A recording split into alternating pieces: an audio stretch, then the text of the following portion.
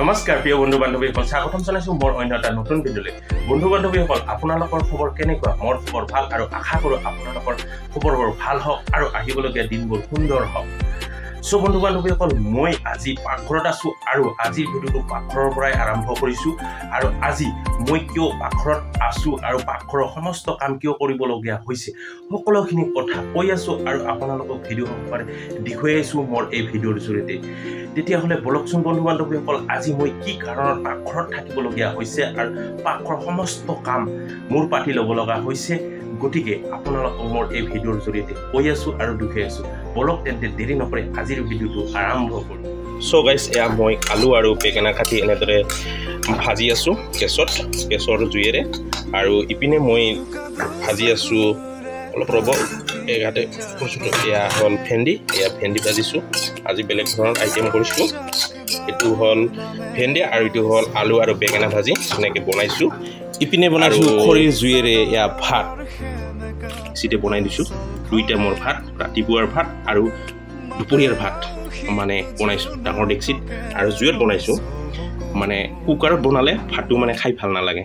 আৰু যিহেতু আমাৰ গাঁৱলীয়া মানুহ খৰিৰ অভাৱ নাই আৰু জুইত বনোৱা আঞ্জা ভাতৰ টেষ্ট বেলেগ হয় আৰু গেছত বনোৱা আঞ্জা ভাতৰ টেষ্ট বেলেগ হয়। সেইকাৰণে যিহেতু আমাৰ খৰিৰ অভাৱ নাই সেইকাৰণে সেইকাৰণে জুইতে বনাইছোঁ একদম ডাঙৰ ডেক্সিত দুই বেলাৰ ভাত ইয়াত ডেক্সিত।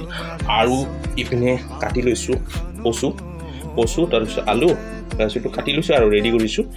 মাছেদি বনাম, মানে আলু আৰু কচুটো মাছেদি বনাম। 3 পিচ মাছ আছে, একদম 3 পিচ এইটো থৈ দিছোঁ ভাজি কেনে। মানে 3জন মানুহতো, এইটো 3জন মানুহ 3 পিচ মাছ এইটো বনাম মাছেদি। আলু আৰু কচু আৰু মাছটো মানে খৰিৰ জুইৰে বনামতো, তো জুইটো নুমাই গ'ল। এয়া জুইটো নুমাই গ'ল। এতিয়া এই জুইটো জ্বলাৰ কাৰণে এটা ছিষ্টেম থাকে পাকঘৰত।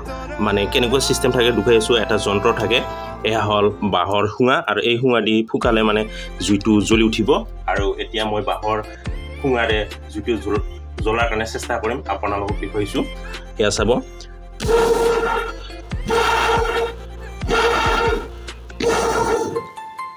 এইটো জুইটো জ্বলি উঠিল। আৰু এতিয়া মই কেৰাহী দিম।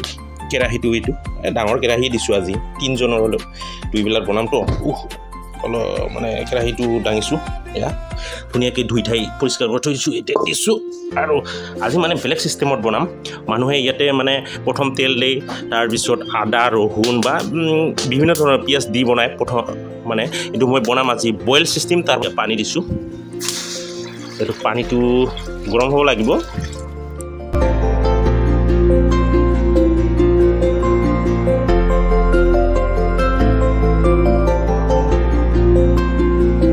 মোৰ কচু আৰু আলুৰ আঞ্জাটো বইল হৈ আছে। আৰু আপোনালোকক এতিয়া মই ক'ম, পুৰুষ বা ল'ৰাই কেতিয়া পাকঘৰত সোমাই ৰন্ধা বঢ়া কৰি ভাত খাব লগা হয় বা পাকঘৰৰ সমস্ত দায়িত্ব মূৰ পাতি ল'ব লগা হয় 3টা কাৰণত। কিন্তু সৰু পৰিয়ালৰ কথা কৈছোঁ আজি মই, যৌথ পৰিয়ালৰ কথা নকওঁ, হাই লেভেলৰ মানুহৰ কথা নকওঁ। সৰু পৰিয়াল আমাৰ দৰে, যেনে পুৰুষ স্ত্ৰী কণমানি সন্তান আছে, তেনেকুৱা ঘৰৰ কথা কৈছোঁ। 3টা কাৰণত পাকঘৰত সোমাবই লাগিব, ৰন্ধা বঢ়া কৰি খাবই লাগিব।